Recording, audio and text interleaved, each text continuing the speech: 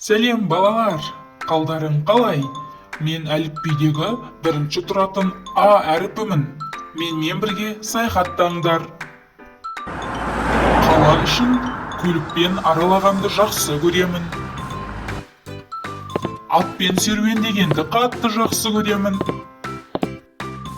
Кенет аюға тап болып айттан қаштым бар емес пе? Қашып келе жатырмын, ол мені қуып келді. Әрең дегенде құтылдым. Алма жегім келіп, бақтан алма тауып алдым. Алма, алмұрт, анар тауып алдым. Ой тойып рахаттандым. А деген әріптен ең ұлы сөз айтылатын білесіңдер ме? Ол ана. Саяхатымды осы жерден тамамдаймын. Балалар, адан басталатын қандай сөздер бар екен? Айтыңдаршы. Алма, алмұрт, анар, ана, ат, аю. Ұмытпаймыз балалар. Келесі кездескенше сау болыңдар.